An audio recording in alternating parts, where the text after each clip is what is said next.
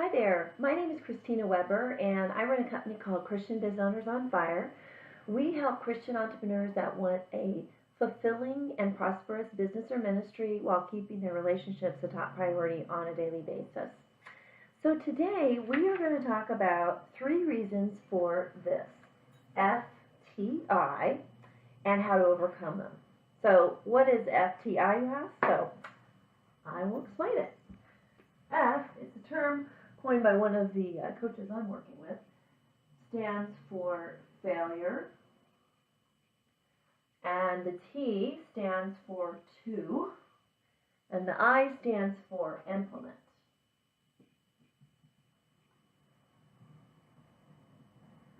And this is a common problem for entrepreneurs.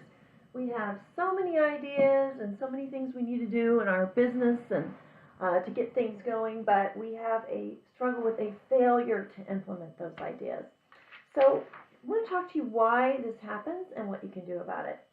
One of the reasons why this happens is that you might have too many priorities. I used to be very guilty of this. It made me feel this false sense of security if I had a ton of stuff on my list of what were priorities in my life. But I learned that when you have too many priorities, in essence, you have 0 priorities, because by nature, a priority is something that you put above something else. So all of mine were really diluting each other. So part of that is when you have too many priorities, you're conflicted, and you don't have a clear way of defining and figuring out what you need to do first, second, or third, because everything's a priority. So you enter your work in a state of anxiety and overwhelm, rather than having clear priorities. The second reason for FTI is that you're giving all tasks equal value. So instead of approaching your work from a standpoint of a checklist, well, I got this done, I got this done, I got this done.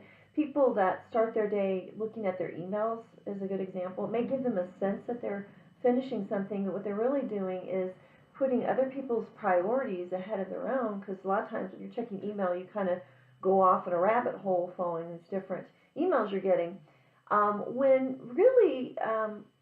When you're implementing big things, what's important is to realize what you need to implement and what you need to do, and do that first, even if it takes longer, so you don't get to put as many check marks on your list that day, then all of these activities, like administrative activities or things like that are much lower priority, that either you shouldn't be doing it or it really shouldn't be done first, are getting done. So make sure that the things you're doing are the right things. And the third things are unconscious blocks. So, there might be unconscious reasons why you, even though a goal is important to you, like growing your business or spending time with your family or having good health, but you're not doing the things that you need to do for those to reach that goal. And it could be because inside you may have assigned a kind of a negative connotation with that. There may be some limiting beliefs that you're not really aware of that are going on in play. For example, you may have a belief that you can't have both a great income and great relationships. It's not that you consciously say that to yourself, but you may, from maybe your upbringing or just something you adopted and believed and didn't realize, you may be thinking that inside. So you're all on board consciously to your goal, but your insides are saying, I'm not going here. Or like a belief of, I can only be financially successful at work if I don't do the self-care activities I enjoy. So if that's an undercurrent of what's going on, you're going to constantly find yourself not implementing the strategies that are going to get you that higher income. So really, this is why working with a coach is so helpful. And really at all stages of your business, from the very beginning, working with a coach is one of the first things you should be doing. I mean, when your money's tight, as well as really at all stages, no matter where you are in your business. And the reason for that is a coach, this is exactly what a coach does, a good coach. A good coach is going to, number one, help make sure that you're clear on your priorities and you're not trying to do too much and that you're working in your genius. A good coach is going to hold you accountable for getting those key tasks done. And maybe you can get the other ones done too, and that's great. But a good coach is not going to let you slide on the key activities. And then lastly, a good coach is really going to spot when there's something more deeper going on of what's really getting in the way of you achieving your goal.